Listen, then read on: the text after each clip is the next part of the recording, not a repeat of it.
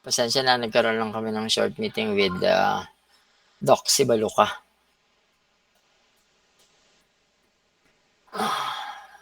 Hold on.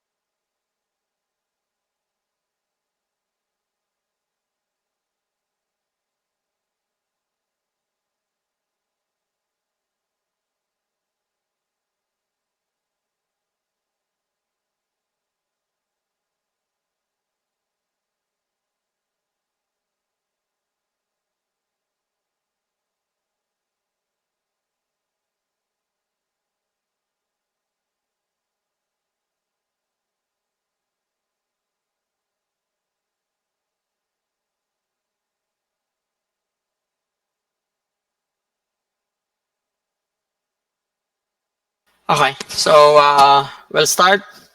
So this is the first meeting natin for midterm period. So at this point, we will continue our discussions with regards to scheduling. Okay. So we are now on. Am I audible? Clear ba yung audio ko? Yes po, sir. Okay, thank you, thank you. So last time, a little bit um, uh, recap. We talk about shortest job first. Okay. First come, first serve, and the shortest job first, and the priority scheduling. So we'll be able to check there's sometimes there is a shortest job first, which is a more special cases, which is priority based scheduling. Now let's move on to another type of scheduling. We call it RR. Okay. So RR stands for round robin. Okay. So round robin. From the word round robin, this is basically designed for time sharing. Okay. Time sharing scheduling. So mostly focus on time sharing. So we all know na uh, this is concerning the time. So same with other scheduling techniques natin like first come first serve. This is similar to that. But in these cases, it uses a preemption. Okay? So meaning we could preempt, 'di ba may tinatawag tayong non-preemptive and preemptive type of scheduling. So in this case, we added the preemptive type, which is will be able to switch from a preemptive scheduling technique. So meaning there is a small unit of time, okay, na ginagamit natin to be able to slice the time defined. Okay, we call it yung small time unit of time na yan ay tinatawag nating quantum time. Okay? Or in other books, we call it a time slice. Okay? So ano ba tong time quantum na to? Ang time quantum na to, generally, it has a 100 to 10 to 100 milliseconds. Okay? So the time, okay, during the process of the execution. So we have the ready queue. The ready queue is basically treated into as a circular queue. Okay? So paikot siya. So the scheduler goes around with the ready queue. So the it allocates the CPU to each process from an interval up to what we call, yung interval time natin would be hub 1 quantum or 1 time quantum. Okay? So in that case, we'll be able to implement the scheduling or the RR. We keep the ready queue as, ang una nating process niyan is we keep the schedule as what we call first in, first out. So, una natin gagawin, ito pa rin yung gagamitin natin. So, the first in, first out queue. So, once na mag-add tayo ng new process dun sa tail natin, and it will become a what we call ready queue. Okay? Now, the CPU scheduler picks the first process from the ready queue. So, pipili siya rito. Mag-select siya from the ready queue. And then sets a timer after. So, mag-set siya ng timer after 1 time or what we call 1 quantum. Okay? And then, it will dispatch the process. Yung nasa ready queue niya will be dispatched to the process. So, one of the two things here na mangyayari natin. So, from the first, ang operation is first in, first out. Tapos, i-accept niya yung tail to a ready queue. Lalagyan niya ng oras, which is 1 quantum. And i-dispatch niya. Okay? So, what happens here? One of the things that will happen is yung process natin from the CPU will have the first time of a 1 quantum. Okay? In this case, the process itself will release voluntarily dun sa CPU natin. And the scheduler will proceed to the next process, which is in the ready queue. So, complete cycle yan. Kaya nga, circular eh. Okay? Now, yung context ng execution natin ng process dito will be put onto the tail. Okay? For of the ready queue. And then, the CPU scheduler will select kung anong process ang gagamitin niya. So, the average waiting time na mangyari, yung average waiting time natin dito would be sa RR would be long. So medyo mahaba ang average waiting time natin. Okay? Let's say have an example. Okay. So consider the following sets natin of processes na nag-arrive at time 0.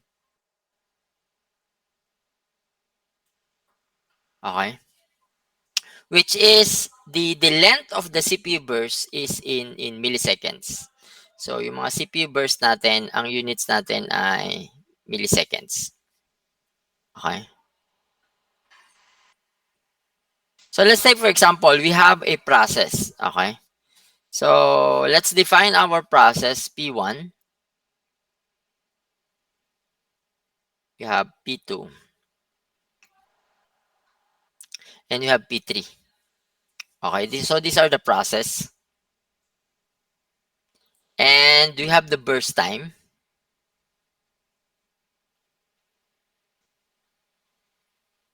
Which is, let's say, 24.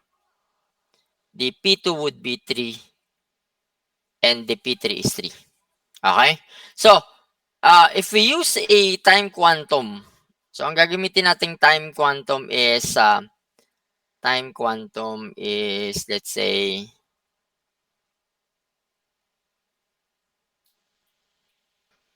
4 milliseconds. Okay.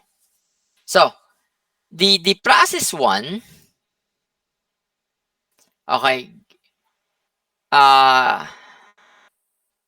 lagyan natin ng time, which is a time chart or Gantt chart natin. Okay. So, we have P1. So, ang process 1 natin would have a 4 milliseconds. So, ang chart natin, we start at, yung time natin will arrive at time 0. So, P1 natin, ang quantum natin is 4 milliseconds. That's 4. Okay? Ang next arrival natin is P2. So, ang P2 natin will have, P2 is 3. So, what will happen? So, you add this one, 4 plus 3, you get 7. Okay? You have P3 now. Your P3 is also 3. So, 7 plus 3, it becomes 10 time. Okay? Next, since it requires us 20 milliseconds, so we need to preempt. Okay? So mag-add tayo. So i-preempt natin yan after the first time quantum. The CPU will give the next process a queue. So which is the process 2. Okay? Since yung P2 natin doesn't need 4 milliseconds, so mag-quit siya before that quantum time expires. So the CPU now will give to the next process. So the process would be circular lang yan. So we have the P1. So you have P1 here is 4. So that's 14. Okay. So the P1 again. So ipi-preempt niya. So next process would be 4.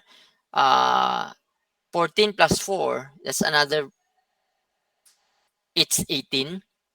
Okay. So we have P1 again, which is 18 plus 4, that's 22. Okay. We'll be needing again a 20 milliseconds. So once the process receive a 1 quantum, the CPU return the process for P1, which is additional time. Ito yung nangyayari sa atin, P1, P1, P1. Okay? And you have another, so 22 plus another P1, 4, it's 26. And this one is P1 again, which is 30. So in this case, you have the average waiting time here is you have 17. So we have 17 over 3. So you have 3 process here. Okay. For the first in, first out natin. So you have 5.66 milliseconds. So kung mapapansin mo, in a round robin scheduling algorithm, no process is being allocated to the CPU for more than 1 quantum in a row. So pag yung process natin exceeds 1 time quantum, in this case, this is 4 time, the process is preempted and back to the ready queue. So the round robin scheduling algorithm is basically preempted. Okay? So in a given situation, if there are n process, okay? So let's say you do have an n process. So the n process is in the ready queue. Okay? The time quantum of the n process is basically the quantum or the time quantum niya. Then each of the process gets the time of the CPU, which is the queue time units. Okay? So each process will wait no longer than n minus 1. Okay? Times the queue time units until the next time quantum. So in this case, for example, kung meron kang 5 process, so let's say you do have 5 processes, ang mangyayari, the time quantum of the 5 processes would be 20. So each process will get 20 milliseconds every 100. And that is basically the I over 9. Okay? Which is, kung ganito yung performance ng algorithm natin, ang mangyayari, it depends heavily on the time quantum niya. Okay? So, yung size ng quantum, dun ka mag-rely. At one extreme, yung time quantity natin is very large or infinite. Okay?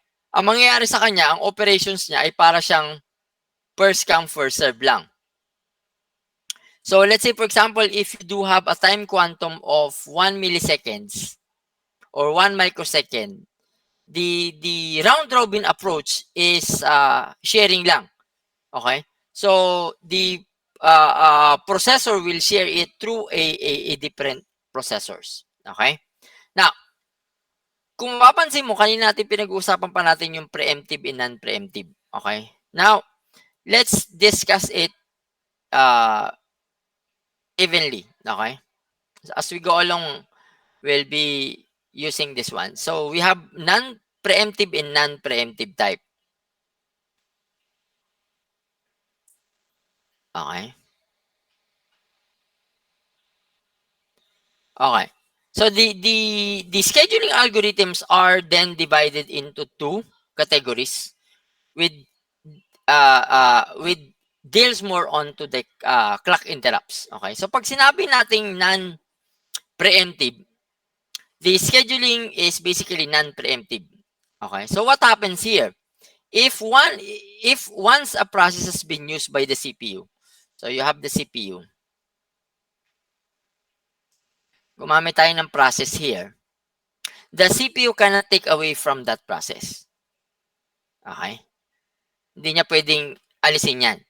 Pag preemptive naman, if a one process is used, so you have the CPU, so may process dito. Yung process na to, pwede siyang alisin sa loob neto. So pwede mo siyang i-preempt. Kaya nga, preemptive type scheduling. Okay? So dito sa non-preemptive, hindi mo siya pwedeng alisin. Okay? So, you cannot take away the process within the CPU. Okay? So, in scheduling, one of the things that we need to understand is basically threading or thread. Okay? So, ang thread in other books is what we call LWP or what we call lightweight process. So, the basic unit of the utilizations, ng CPU natin is basically a thread. Okay? So, si thread, meron siyang ID. Okay? It has a thread ID. It has a program counter, PC. It has a registers. So, alam niyo na may register, temporary memory. And you do have a stack. Okay? So, sa thread natin, maraming laman siya, kung mapansin mo. And this thread consists of different sections. Okay? It could have a data sections, may code sections, meron niyang data section. Okay? Meron niyang operating resources, OS resources. At meron siyang which is open files and signals. Okay? So, in a natural way of the operating system, if the process has a multiple threads of control, it can do more than one task. So, ibig sabihin, you can do multiple process, multiple tasks within your operating systems. Okay? So, ang operating systems, meron siyang tinatawag na single-threaded or what we call single or multi-threaded. Okay? So what is a single and a multi-threaded? From the word single and multi-threaded. So, meaning a single, you do have a PCB. So in operating system, we call it process control block. Okay? Meron siyang PCB. Meron siyang user address space.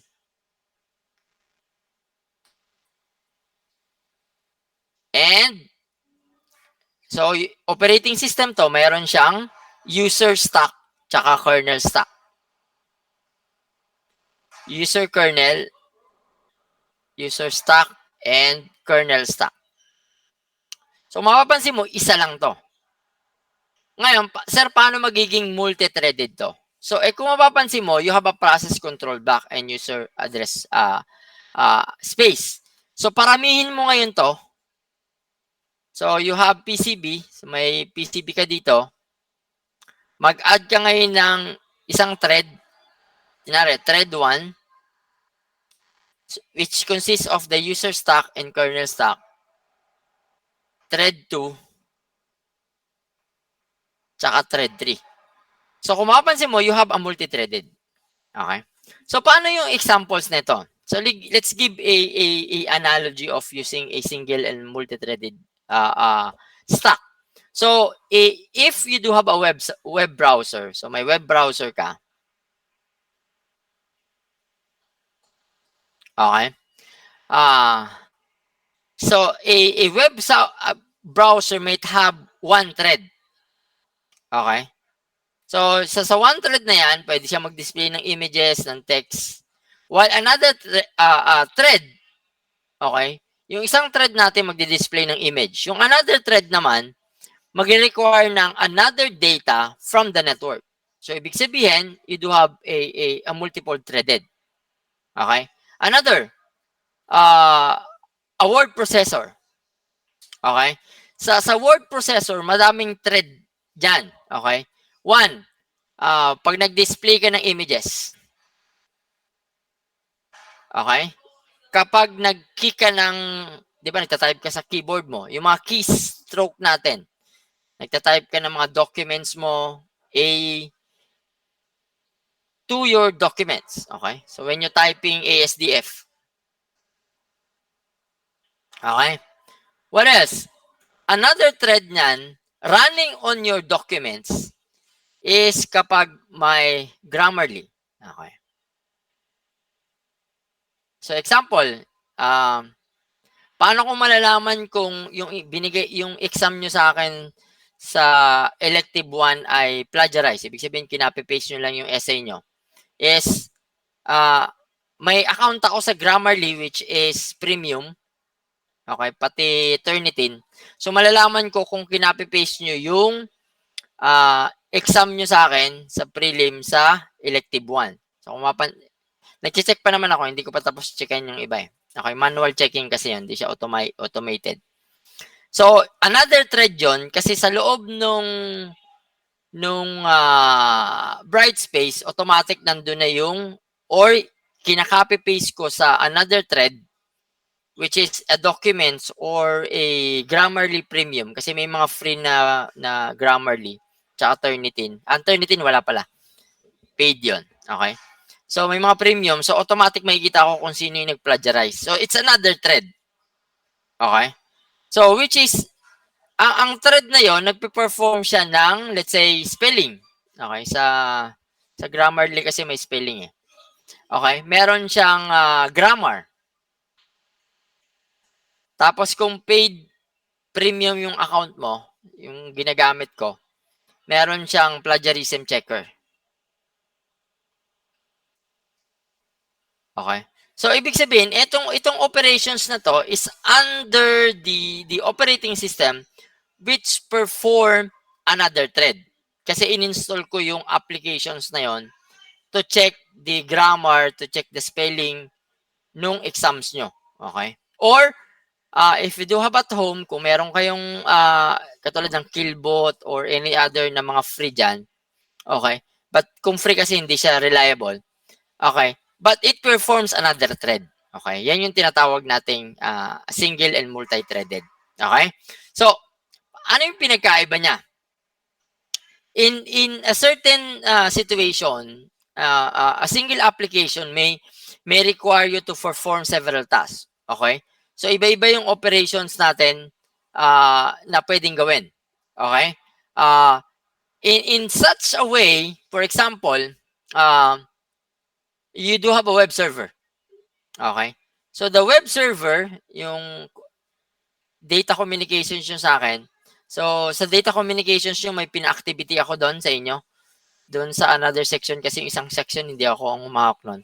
Yung pina-activity ko sa inyo which is the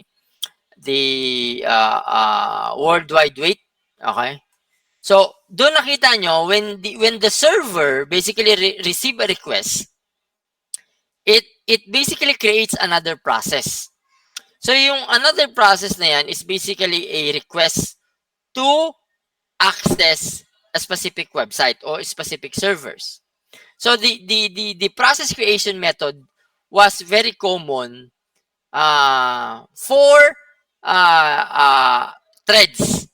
Okay, so the process creates a heavyweight load.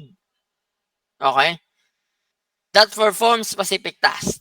Okay, so kung marami kang overhead dun sa process mo, na nagki-click ka, nag-new tab ka, another tab, tapos nag-open ka ng another website, another YouTube link. So it creates a multi-threaded web server process. Okay? Web process. Okay?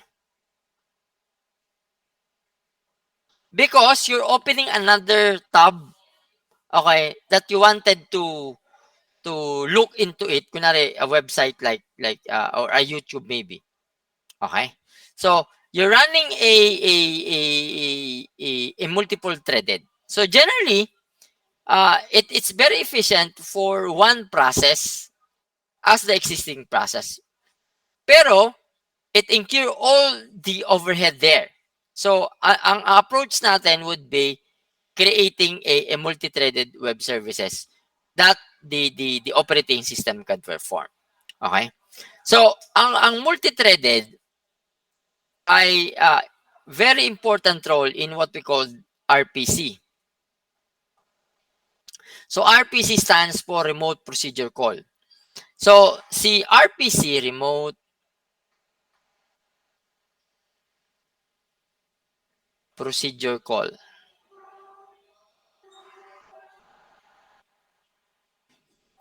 Okay. So it's basically a multi-threaded. So the RPC allows us to have an inter-process communications. So ordinarily, it provides a communication similar to the functions or procedure calls.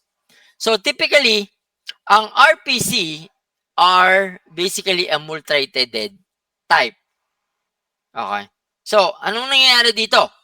So, when the server receives a message, it services the message using separate thread. So, iba-iba yung gagamitin niya. Kaya siya, so you have here, a T1, a T2, iba-iba yung gagamitin niyang threaded for services na in-offer ni remote procedure call. Okay? So, it basically responds to several concurrent requests na inaalaw ni servers.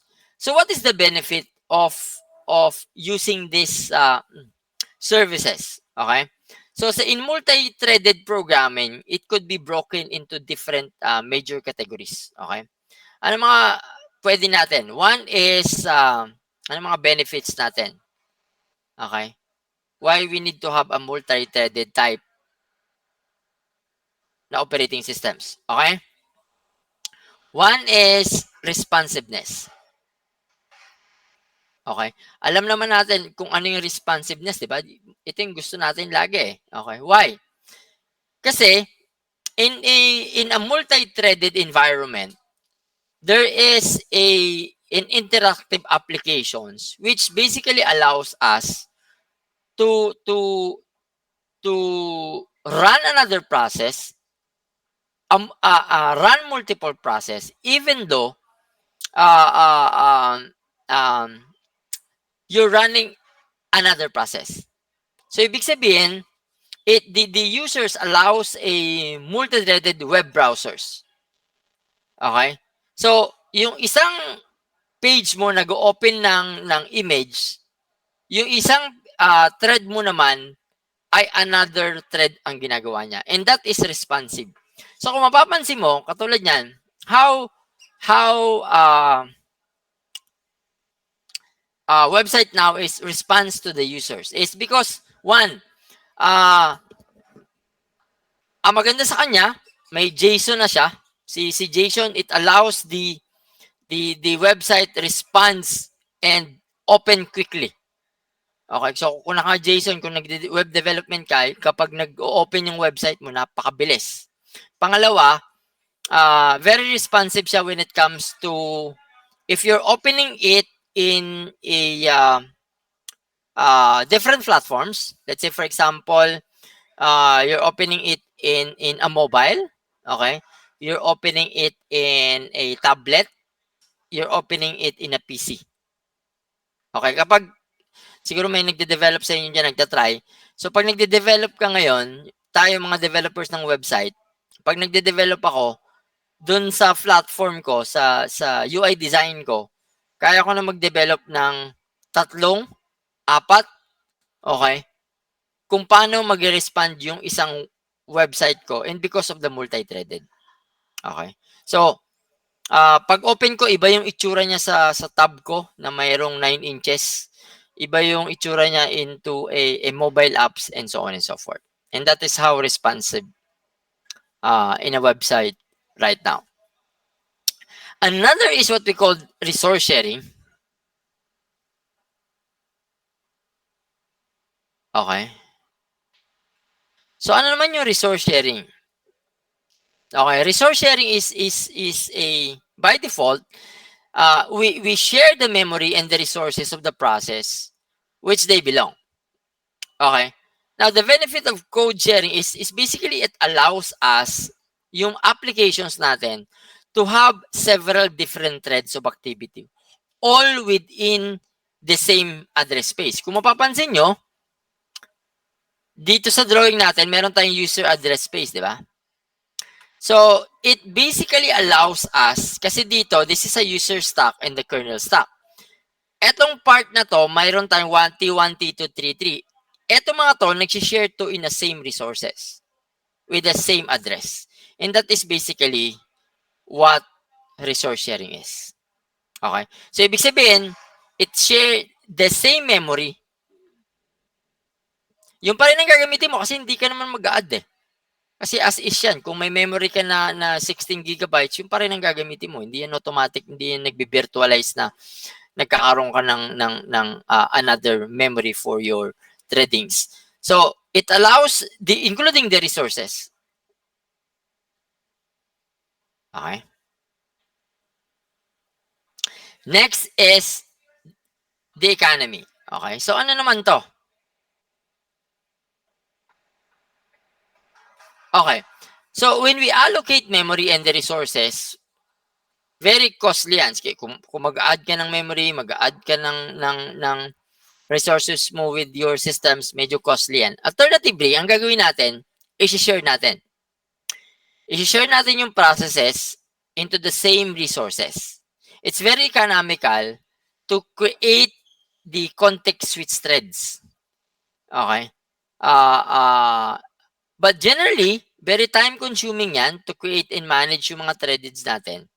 Okay?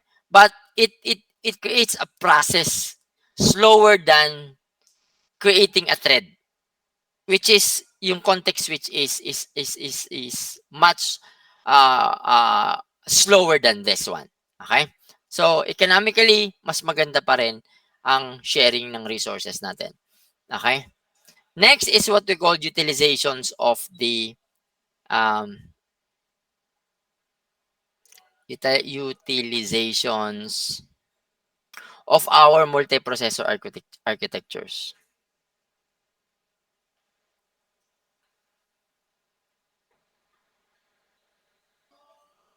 Okay? So, ano naman yung utilizations of multiprocessor architectures? Okay? So, the benefits of creating a multi-thread is kailangan mag-increase din yung multiprocessor architectures natin. So, magkakaroon tayo ng parallelism. Okay? So, ano yung parallelism? You are running a parallel thread on a different processor. Okay? Kasi ang context natin, theoretically, if you do have a single threaded process, it could run only in one CPU. So, no matter how many are available, mag-run lang siya into one threaded. Sa multi-threaded, you do have a multiple CPU. Okay? So, ibig sabihin, so you have the multiple CPU running a multi-thread environment na sabay-sabay. Ibig sabihin, concurrent running yung applications natin kasi you do have a multi CPU machines. In a single processor, you are creating it in a illusion. Okay? So, ganito yun. Diba? Diba dati, ang CPU natin isa lang. Ang tanong nyo ngayon, Sir, bakit nung isa lang yung processor ko, nakakapag-run ako ng madaming threaded process? Okay? Yung mga single core processor, bakit nakakapag Microsoft ako, nakakapag PaintShop ako, yung mga ginagamit namin eh. So, nakakapag-run ako. But, in reality, it basically creates an illusion of you do have a multi-threaded. But in theory, you only have one thread running on this one. Kaya kung mapapansin mo, if you are into a CPU, which is a single-threaded, mararamdaman mo yung pagbagal. Okay? Ito kasi napaka-heavy na nito ng multi-threaded kasi napaka-daming core na natin sa isang processors. Okay? Now, utilizations ng multiprocessors natin, if you do have multiple processors, so sa isang single core, meron kang dual core, meron kang 4 na core, CPU1, CPU2, meron kang 8. Yan. Na CPU sa isang core. Ano nangyayari dito? So, if you do have a multi-threaded na processors, paano natin magagamit properly yan? So, magagamit natin yan kasi si OS supported natin yung two levels of threaded. Okay? Ano yun? So, we have what we call user level threads.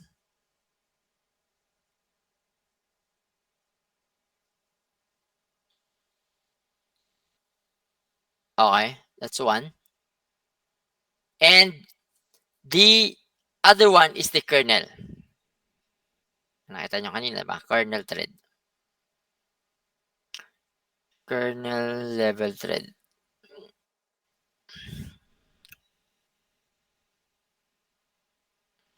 So what happened into this multi-level? Okay? So discuss natin isa-isa. Sa user level, what happens here is hold on lang ha. Wait. Ba't namatay?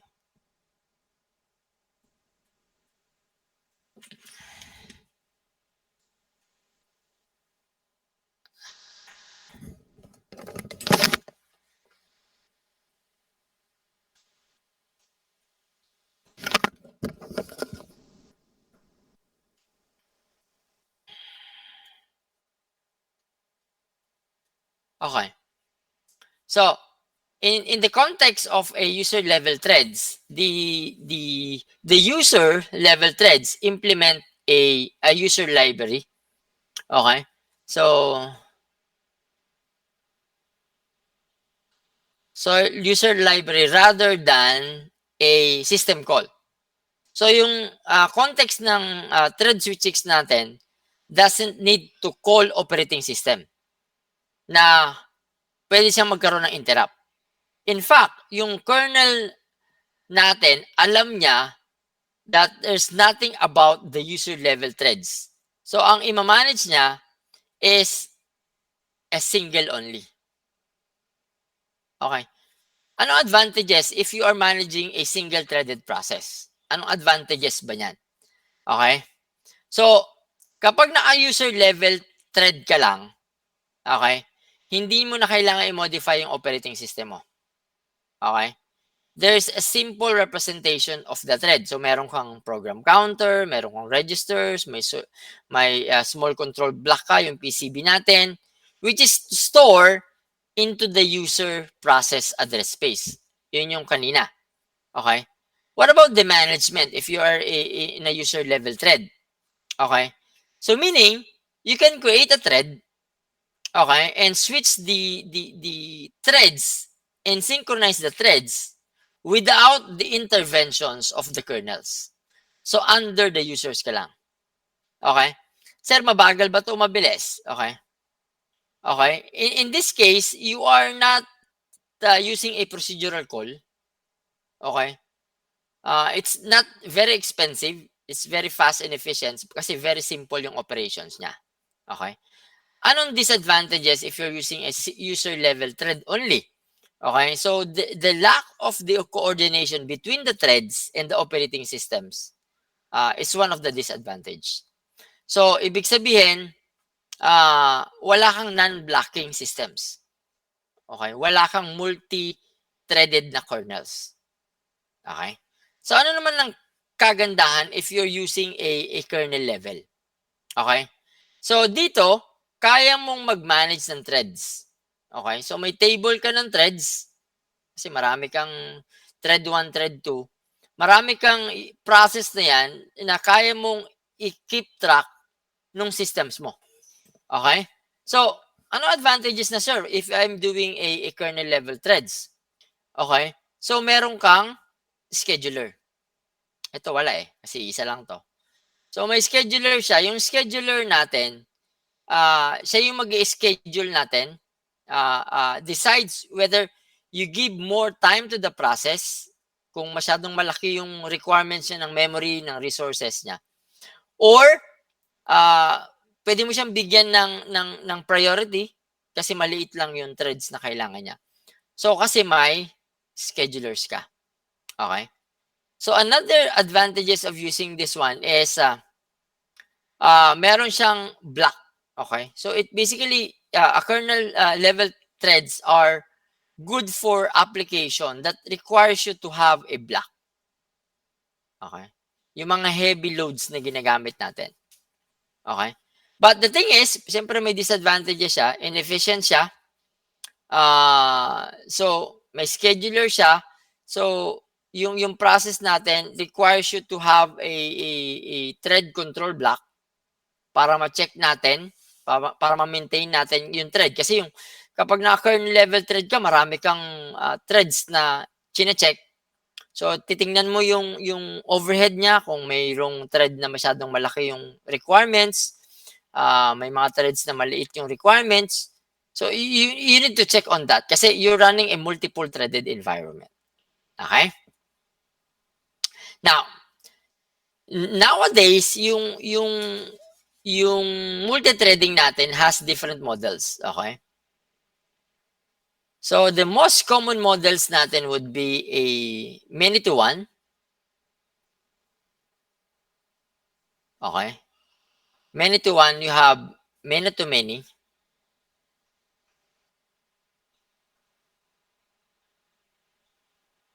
Okay? Na threads. Okay? So, ano tong many-to-one? Okay? Para siyang it basically provides you a support for the user and the kernel para makita natin at maging efficient yung paglaro natin ng multi-threading.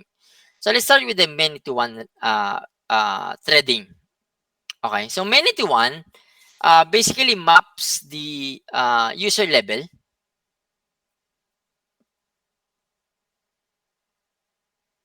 Okay, to one kernel thread.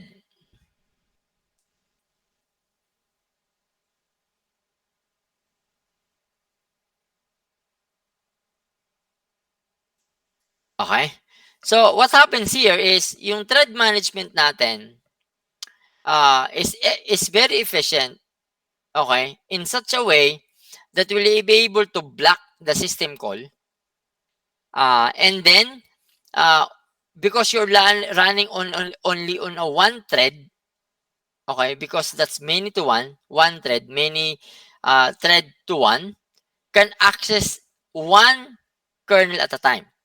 So yung multiple threads natin, which is the many, unable to run into a parallel multiprocessors. So hindi niya kaya yung parallelisms. Okay? Pag sinabi naman nating many to many, pero bago yan, one to one muna tayo. So ano naman yung one to one, sir? So si one to one basically maps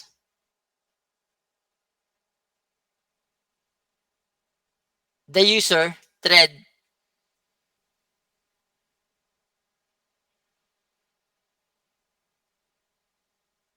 to kernel thread. Okay? So it basically provides a more concurrent operation than many to one. So it allows you to have another thread to run with when a thread makes a blocking system call. So ibig sabihin, it allows you to run a multiple threads run on a parallelism. Ito, si many to one ay hindi. Okay. Ito si one to one, kaya niya mag-parallelism or parallel CPU. Okay. So ibig sabihin yung overhead creating kernels natin would have a very good performance when it comes to a few numbers of threads. Okay? Yung examples of the operating system na nagumagana dito ay yung server, yung Windows NT. Okay? The other one is Windows 2000. Naka one-to-one yan. And the other one, EOS 2. Yung sa Solaris to. Okay. Sir, paano naman yung many to many? Okay. So, ibig sabihin, yung many to many, imumultiplex niya lang yung many users threads to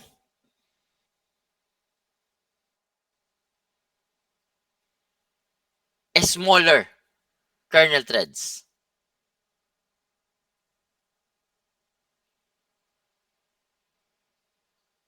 Okay.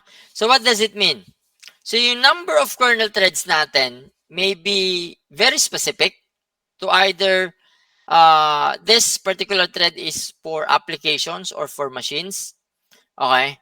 So, yung many to one models, it basically allows the developer to create as many user threads na pwede niyang gamitin. Okay. In this case, si many to many creates many users as necessary, and then it corresponds to a kernel threads running on a multiple processors. Okay? So parang ganito. You have one thread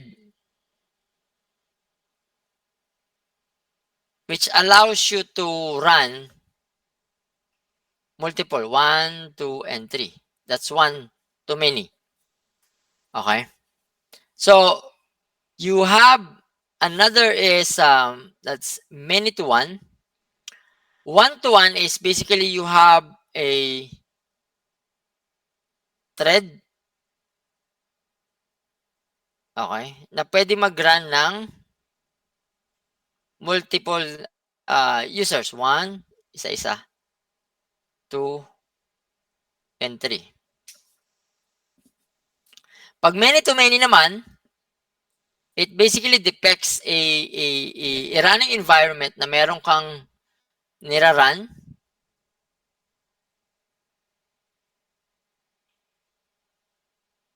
which is number of threads, 1, 2, 2. Okay? So you have many to many. Okay? So you have many. This is 1 to many. This is 1 to 1. Okay? Sir, kanina mo pa ini-explain yung process and threads. Ano ba ang difference? What is the difference of a process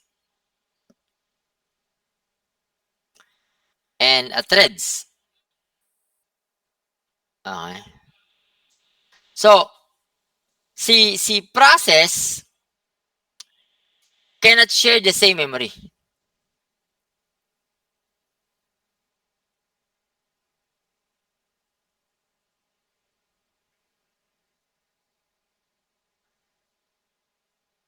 Share same. Kung ano ang pinaglagyan mo, nandun lang si process. Hindi mo pwedeng tanggalin yan. Pwede mo lang matanggal sa memory yung process na yan. Di ba yung mga job task natin? Yung mga P1, yan, yung P1, P2. Kapag nasa memory location ng RAM yan, or ng registers, hindi mo siya pwedeng tanggalin unless executed.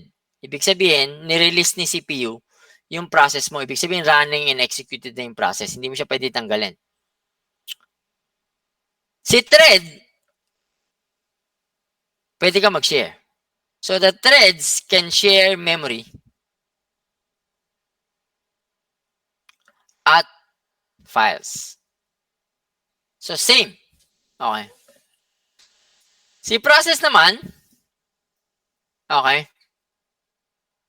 it basically takes more time to create a process.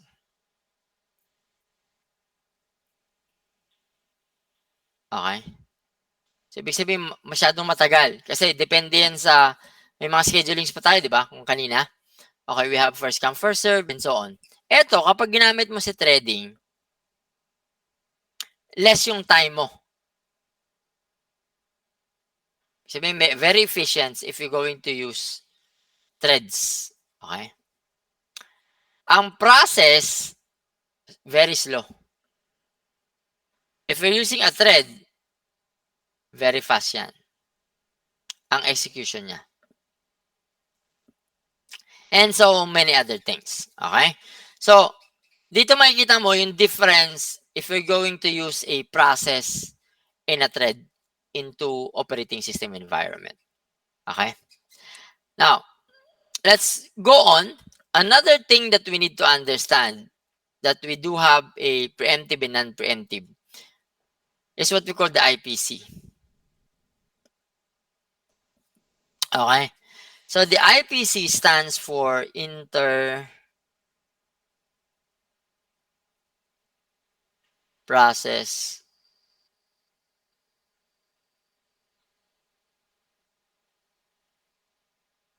Communications. Okay? So ano tong inter-process communications? Okay?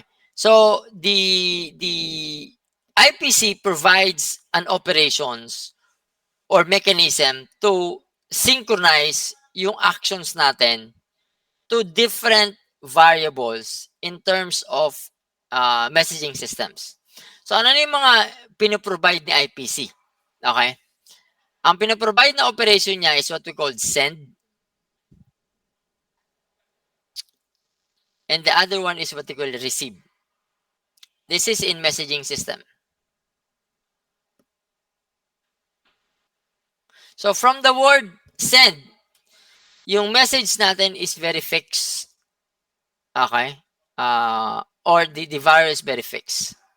Okay? So what happens here? So sa IPC, if we have a P, okay, and a Q, okay, so ito yung communications niya. If you do have a P and a Q communication, which is to communicate, kailangan may link etong dalawa. They should have establishment of linkage between the P and the Q. Okay? Para magkaroon tayo ng receive and transmit. Okay? na communications. Okay? So, physically, ang mga pwede dito is logical operations, or it could be a shared memory in this case. Okay? And that is the IPC. Sometimes, we need to have a direct communications. Okay? So, paano natin gagamitin yung direct communications with this one? Okay? Now, the process could have a send. Okay? So, you have a send. So, the send could be a P. So, this is a message. So, the P, you send a message, process P.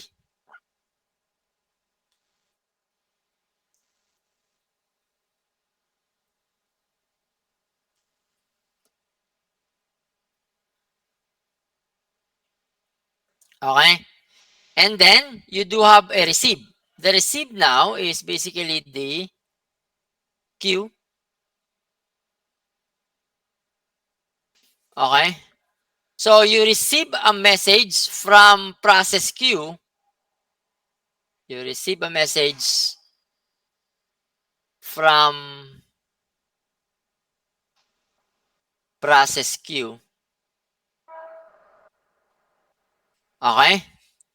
Using a specific communication link. Okay? So, yung communication link natin could be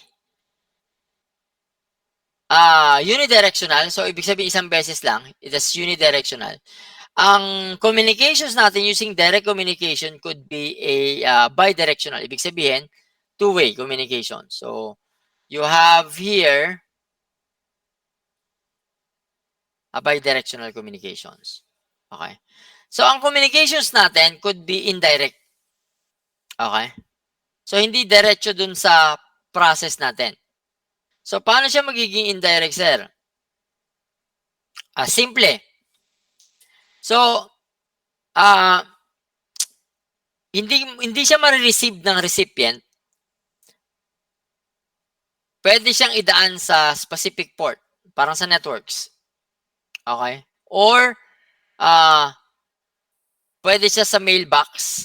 So, yung mailbox natin has its own unique ID para ma-identify natin kung saan mo siya isi-send. May ID siya. So, each of the process can only communicate if there is a shared mailbox. So, ibig sabihin, ito yung mailbox mo.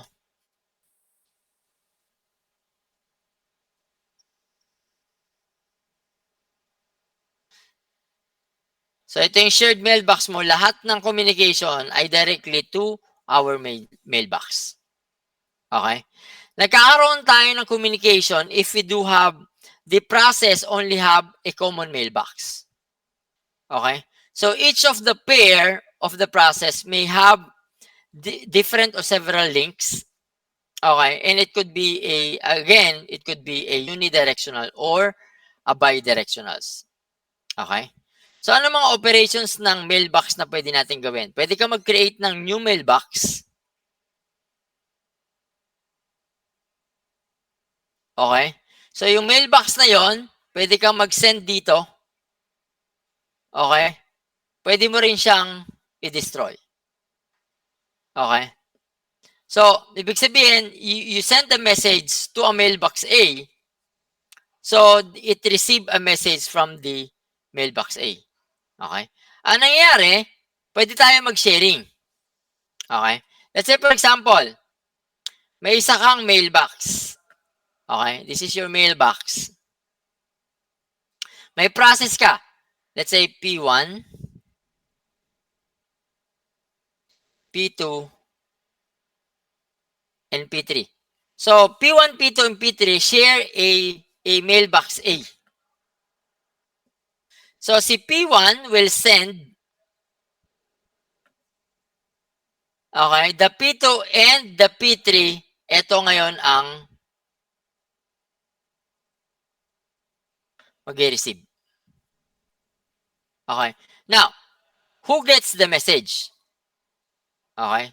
Sir, you send and receive the message. So, ang solution dito is it basically allows you to have a two process, okay, which has a link associated with the sender.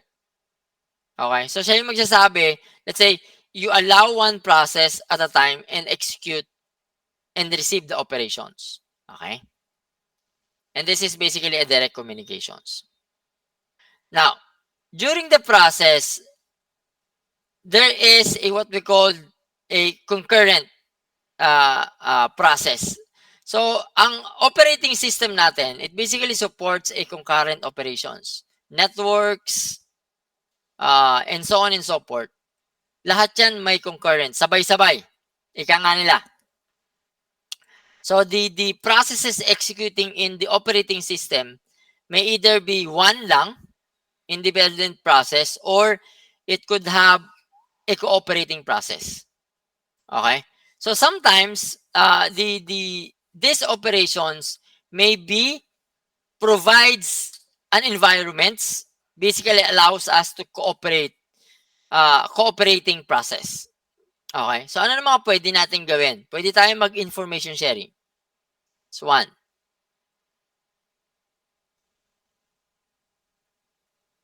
Information sharing.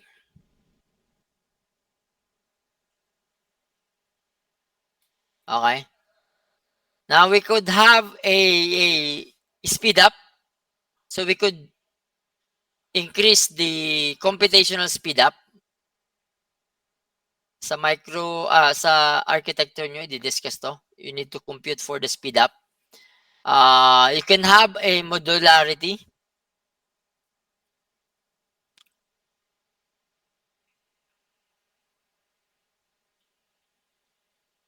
Modularity, and the other one is convenience. Okay?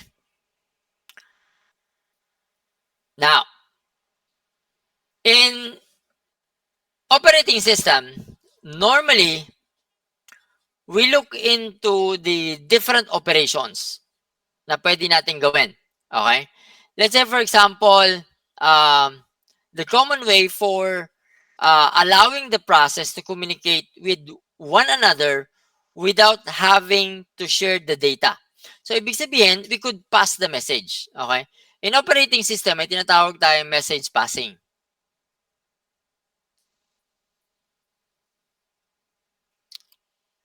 Okay? So, in message passing, the message sent by the process can either be fixed or variable in sizes. Ibig sabihin, if we only have a one fixed message, it can be sent to the system level implementations. So if the process P and Q, so let's say you have a process P and which is the send and the receive. Q wants to communicate.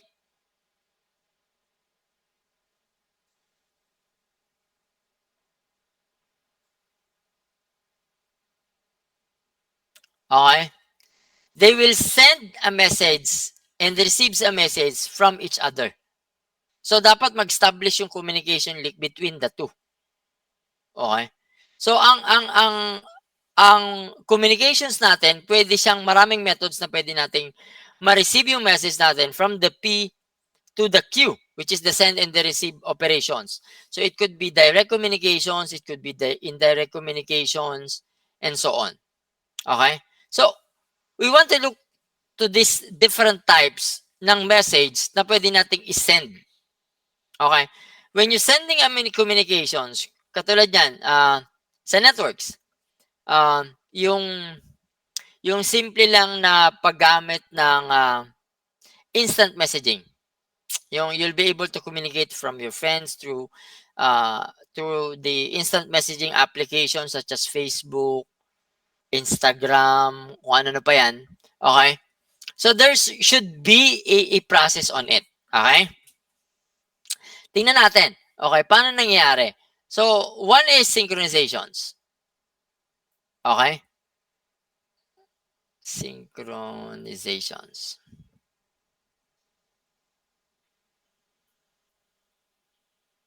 So ano ba yung synchronizations? We'll be able to communicate between process, which is you send and receive. Okay? Now, there are different primitive operations para magamit to. Okay? Pwede kang gumamit ng message passing. Okay? Which is this one. It's either you wanted to block and non-block. So, pwedeng ang synchronization mo would be synchronous and asynchronous communications. Synchronous or asynchronous.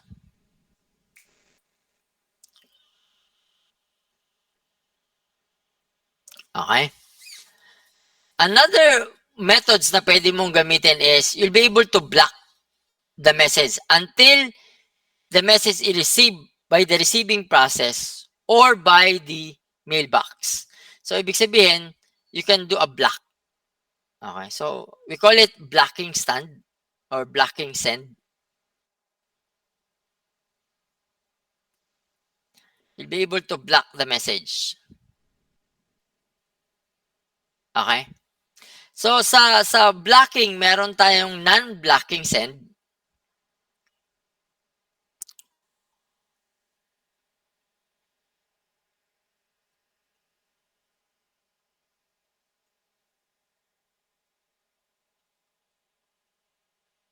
Okay?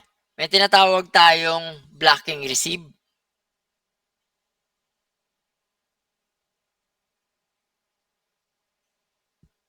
And may non-blocking receive.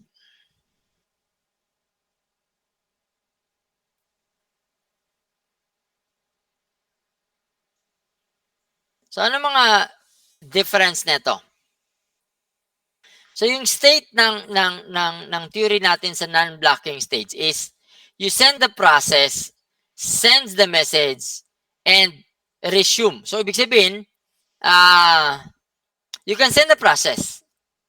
Okay? And that's dire-diretso lang. So, pag nagkaroon ng interruption, you can resume the operations. Pag sinabi namang blocking receive, you'll be able to block the receive message until the message is available. Pag sa non-blocking naman, from the word non-blocking, the receiver basically retrieves either a value which has a message or a null value. Okay? So, yung mga yan could be in a state wherein pwede natin gamitin in e-communications. Okay? So, sa networks, meron tayong tinatawag na client server communications.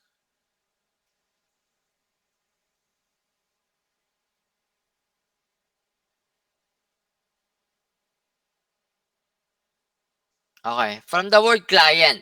Okay? So, in a normal networks, meron tayong, kunwari, ito yung client. Ano yung client? Kunwari, PC1. You have PC2. You have PC3. You have PC4, which is connected through a router.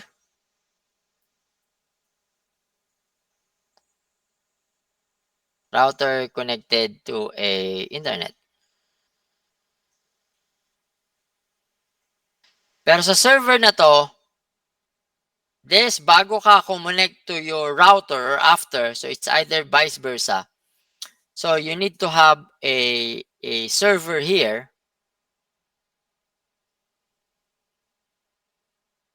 which basically manage the communication with your client. This is your client and this is your server. Okay?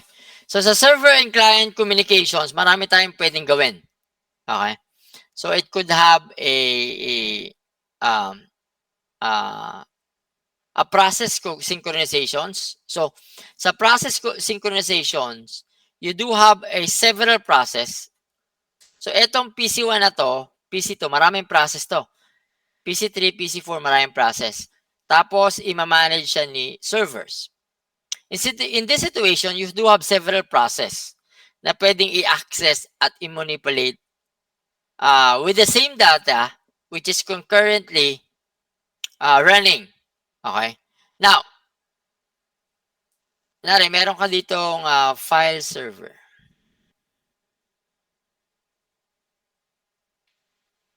So, ano naman yung concept ng file server? So, yung lahat ng files mo, you do have a repository na nasa server side. It could be a SAN, Storage Area Network.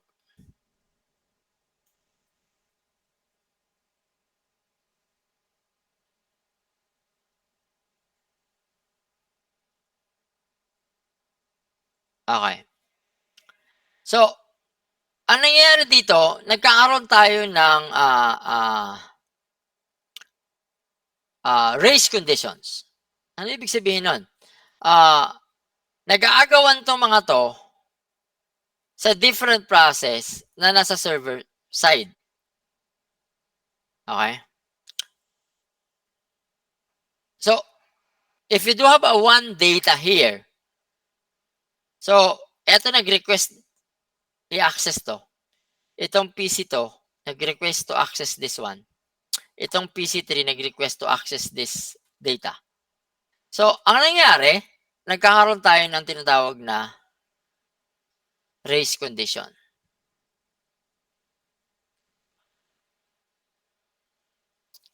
Okay? So, ano yung race conditions? Okay? Bago natin i-solve yung race conditions sa operating system, especially in client server, let's talk about first a problem.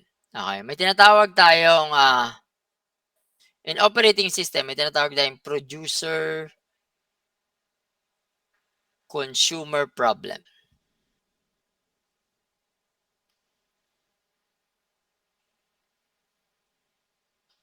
Ano yung producer-consumer problem? Okay? Yung paradigm of cooperating process, si procedure processes producer information that is consumed by the consumer. Ulitin ko. Si procedure or si producer produces process.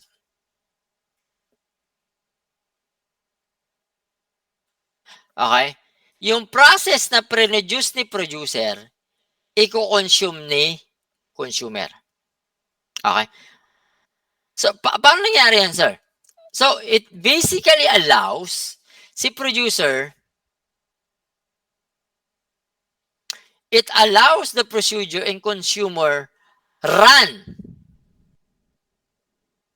Producer and consumer allows concurrent operations. Okay?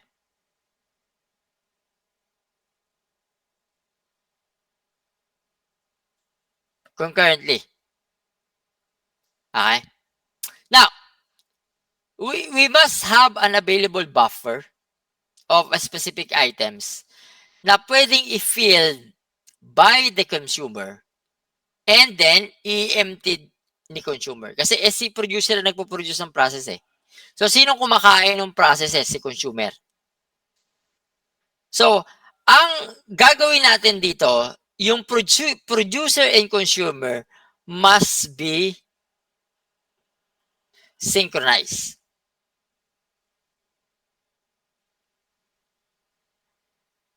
Okay? Must be synchronized. So, what happens here? If si consumer does not try to consume a specific item na hindi pa napoproduce ni producer, in this situation, si consumer must wait until the item is produced. Okay? So, ibig sabihin, kung wala pa dito sa i-consume niya, so si producer consume many processes. Eh sir, sa lahat ng produce ni producer na processes, wala pa dyan yung i-consume ko. Ano ang gagawin ni consumer?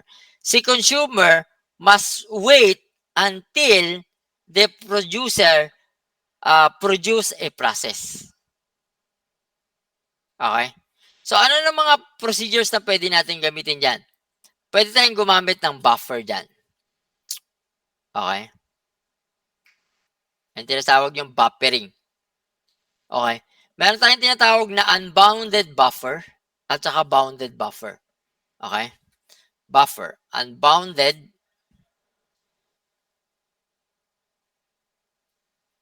and bounded buffer.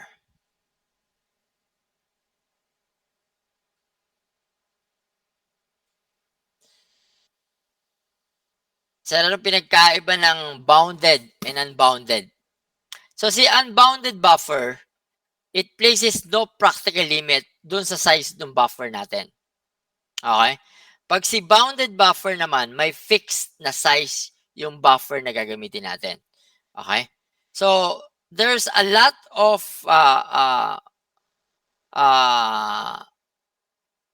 systems na pwede natin gamitin dito. Okay? In programming. Okay? So, kaya papasok na tayo sa C language programming next week. Okay? So, there is a critical section problem. Okay? Na pwede natin gamitin. Okay? So, in programming, in a critical selection or section problems natin, there are 3 requirements when you do programming in critical section using buffering. 3 sections.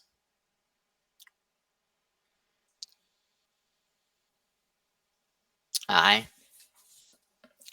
So, there are possible 3 requirements na pwede nating maging solution for critical selections. Okay? One is mutually exclusive.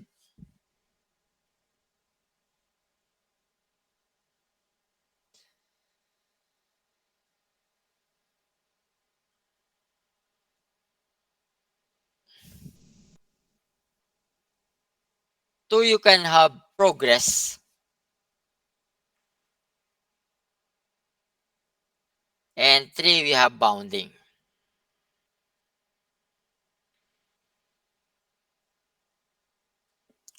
Okay. Now, so, sa critical selections,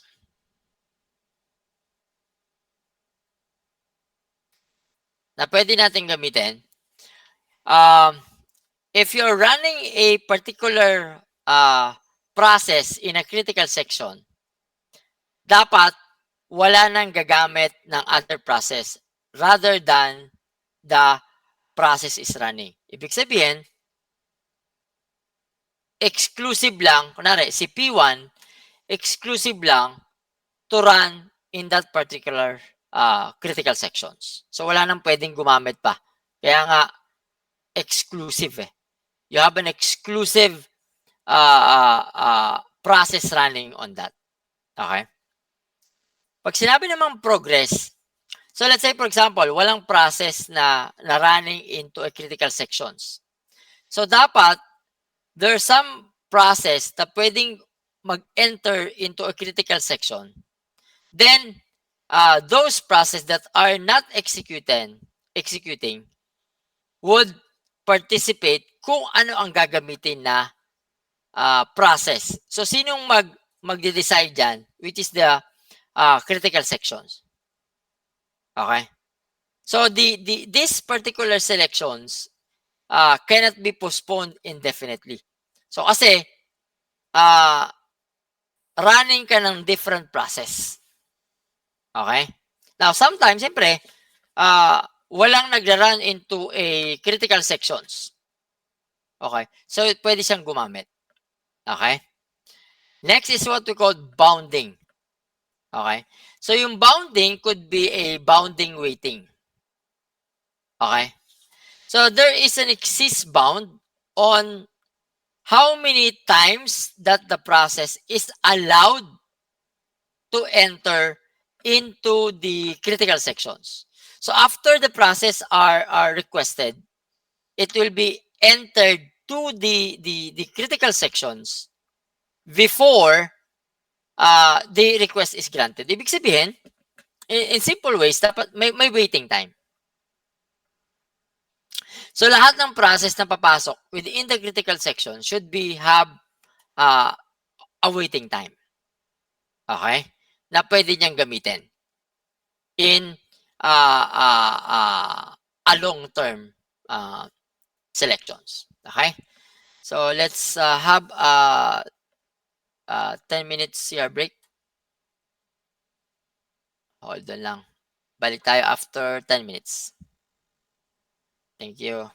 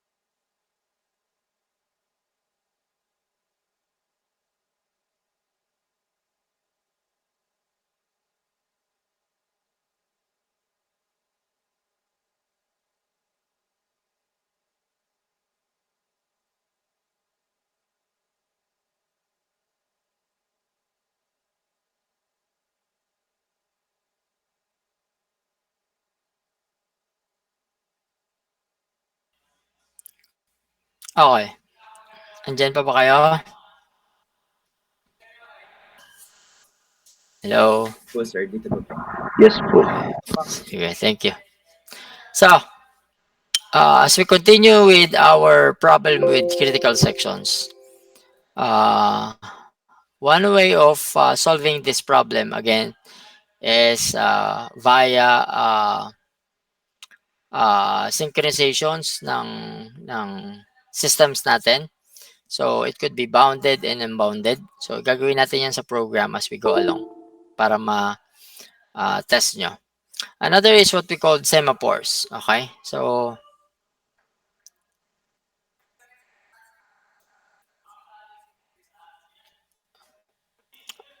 kita ba yung screen ko? Yes. Okay, sige. Try natin tong tablet. Pangit ng handwriting natin sa ano. Okay. So, let's talk about the semaphores. Okay? So, another solution to the problems natin in critical sections is basically the semaphores. Okay? So, sometimes in a complex problem, it's very difficult for us. Ay,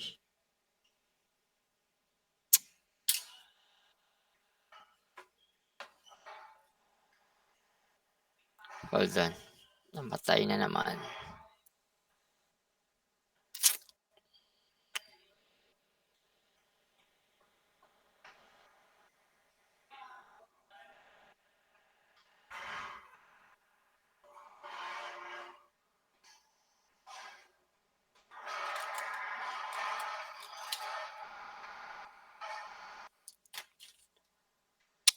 Hold on, namamatay kasi yung aking tab, I don't know. Sa battery ko yata ito. So, balikan na lang natin to.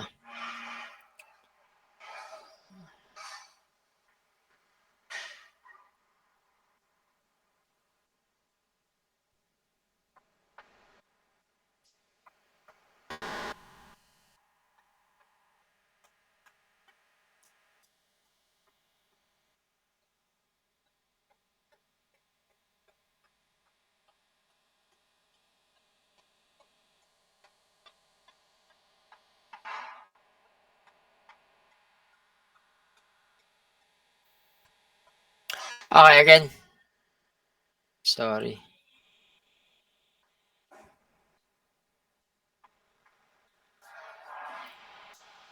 Okay.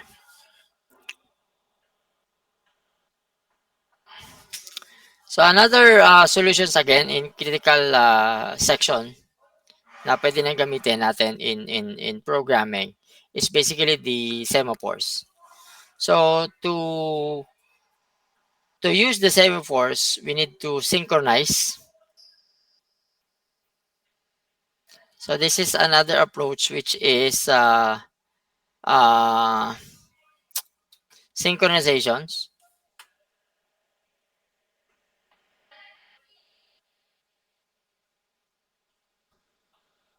So what happens here is if you do have a specific semaphore, let's say sa programming, you have s as an integer. Okay. Apart from the system initializations, there are two atomic operations na pwede natin gamitin if you do have s is equals to the integer. Okay. So yung atomic standard natin na pwede is the w, which is the weight, and the signal.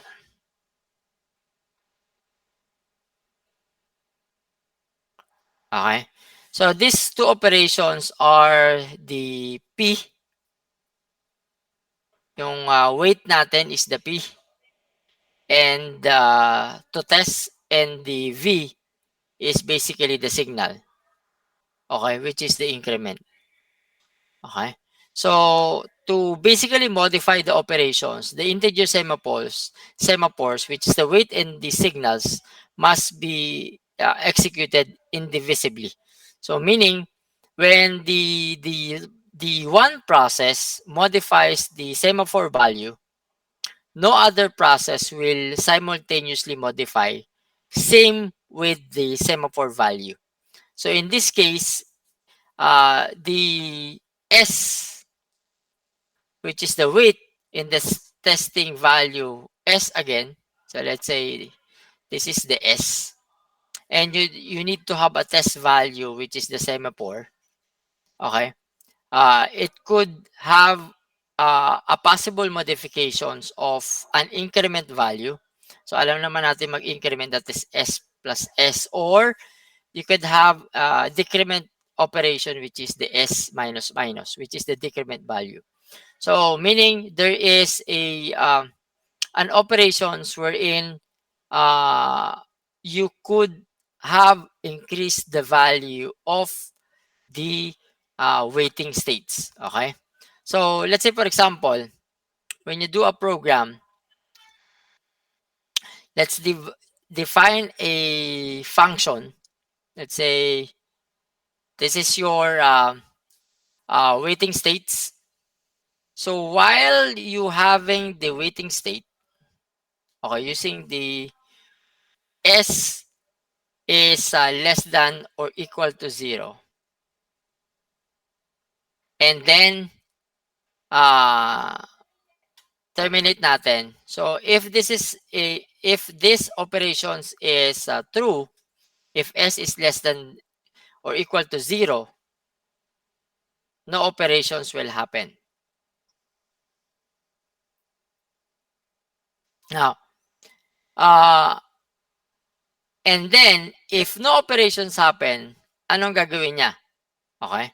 So di-decrement natin yung S natin. Okay? So ano yung particular pseudocode na nangyayari dito? Okay, if we do have a signal value, which is our S, we increment the value. Okay? So, ganun yung usual operations niya when we're using. So, gagawin natin yan in our programming as we go along. Okay? So, ang implementations natin in using a semaphore could have uh, uh, produce a specific problem. Okay? So, what are the classical problems of synchronizations? Okay? In operating system, if we do have a large class of concurrent control problems, when you test the conditions, you'll be able to have specific problems. Okay? So, yung mga problems na yan can be solved using synchronization such as semaphores, as I said a while ago. Okay? So, in using that, pwede kang gumamit ng different solutions. Okay? Na pwede mong gawin in your programs to solve this particular problem. Okay? So, the first problem na pwede natin gawitin is to solve this one is what we call bounded problem. Bounded buffer solution.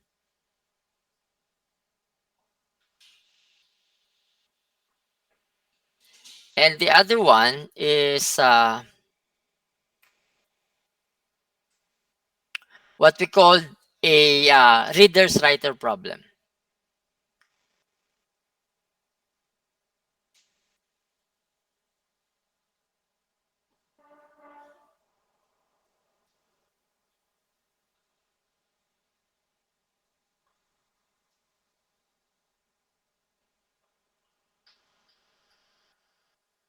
Okay. So let's discuss it one by one. Okay. Paano ba nangyari sa possible solution natin para masolusyonan natin yung semaphores natin? So sa bounded problem, buffer problem, it basically illustrates the power of synchronization.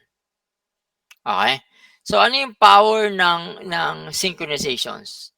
Gagamit tayo ng mutually exclusive type to access the buffer. Ayun yung tinatawag nating mutex semaphore. So if we have a mutex semaphore, it basically provides us a mutual exclusivity for us to access the buffer full. Okay? This buffer full is initialized with a specific value, and that is value 1. So when it's empty and when the semaphore is full, it counts the number of empty and full buffer respectively. So nagkakaroon tayo ng initializations. So yung initializations natin would be 0. Okay? So we make use of mutually exclusive type. Okay? So we could interpret this particular code as yung producer consumers natin. So what happens here, si producer, di ba nagpo-produce siya ng maraming processes.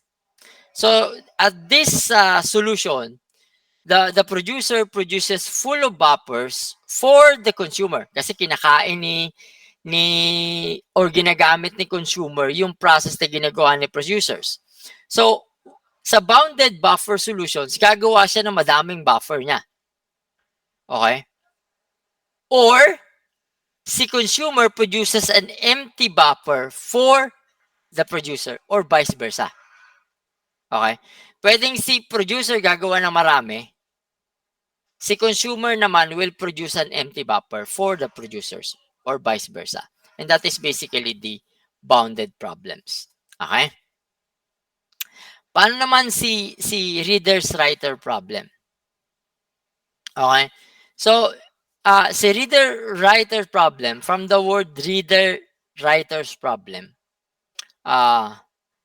yung file natin or specific data objects natin is basically shared among several. So if you do have a data, lahat ng to ay shared among concurrent process.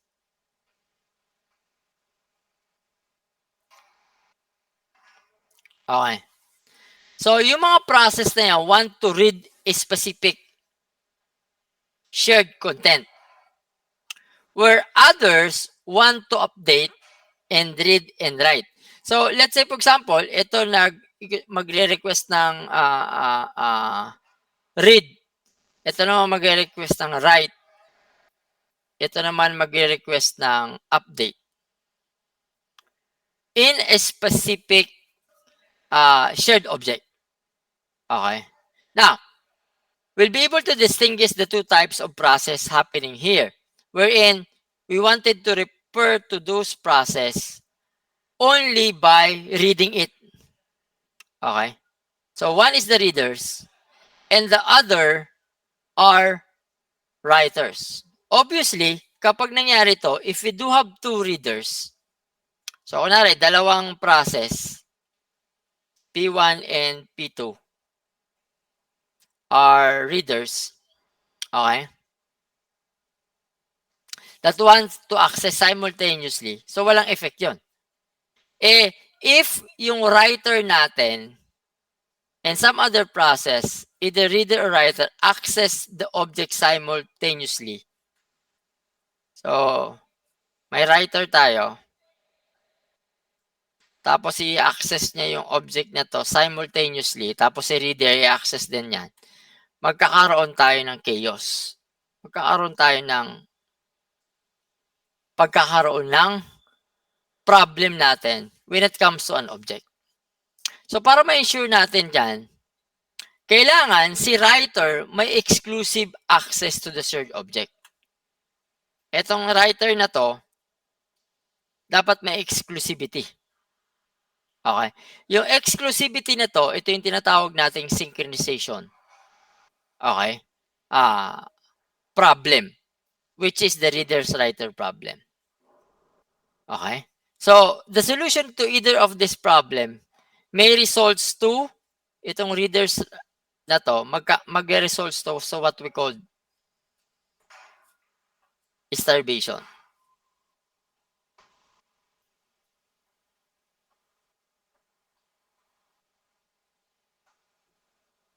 Okay? So, you need to solve now the starvations. Okay? In this case. So, you can do that also in programming. Okay? Okay, so before we end, we'll have, I think meron na tayong asynchronous activity 1. So you'll have now asynchronous activity number 2.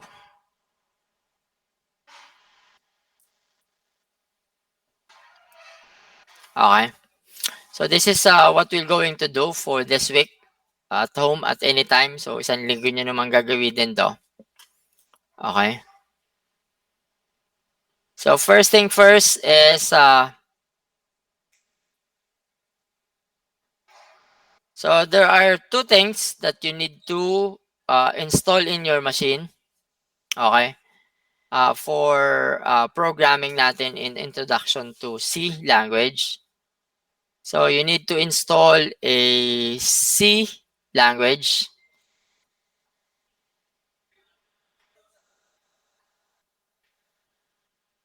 And that is basically a Turbo C. So ito pwede, kung malakas yung machine nyo, pwede nyo ilagay ito sa VirtualBox nyo or DOSBox. Okay? So anong gagawin nyo dito? Pag hindi nag-run yung C language nyo, pwede nyo siyang ilagay sa Windows XP nyo na virtual OS nyo. Or another option is you install an application, we call it DOSBox. Sa loob ng DOSBox, pwede nyo install yung Turbo C. Okay? Next. Another is the C++. So, dalawa kasi yung ilalagay natin ng mga examples dito. One is Turbo C programming and the other one is C++. So, yung C++, gumagana na to sa Windows 10 at sa Windows 11. Hindi na siya nag-error. Ito kasi yung Turbo C minsan nag-error to eh. Most likely ilagay natin sa virtual. Okay. So, after the installation,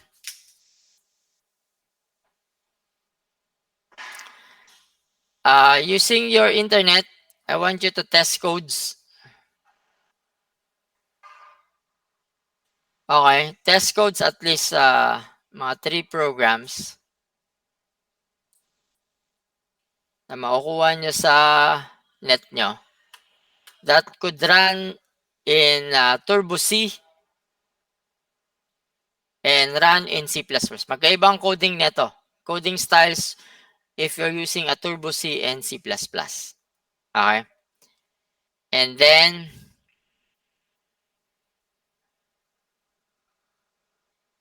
submit your test code sa Brightspace.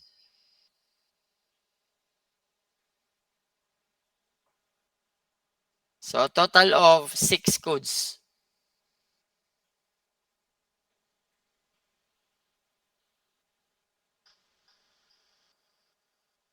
Okay? So, next meeting, mag-end muna tayo ng lecture side. We'll focus now on to an introductions of programming in C++. Okay? We'll run some codes and then we'll implement the scheduling techniques. Yan yung requirements natin. The scheduling techniques such as first come, first serve,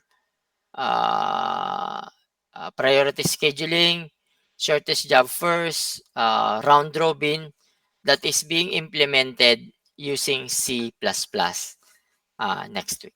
Okay? Question for your asynchronous activity number 2. None so far po, sir.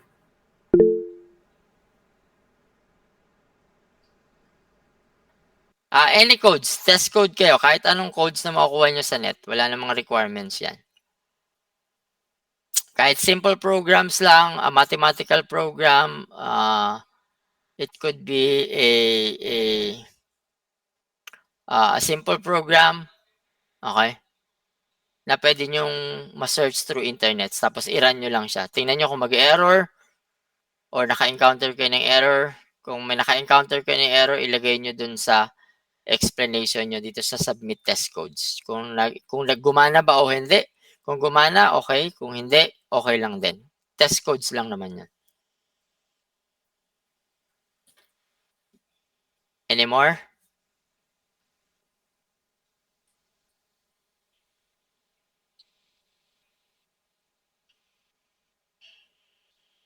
Any question?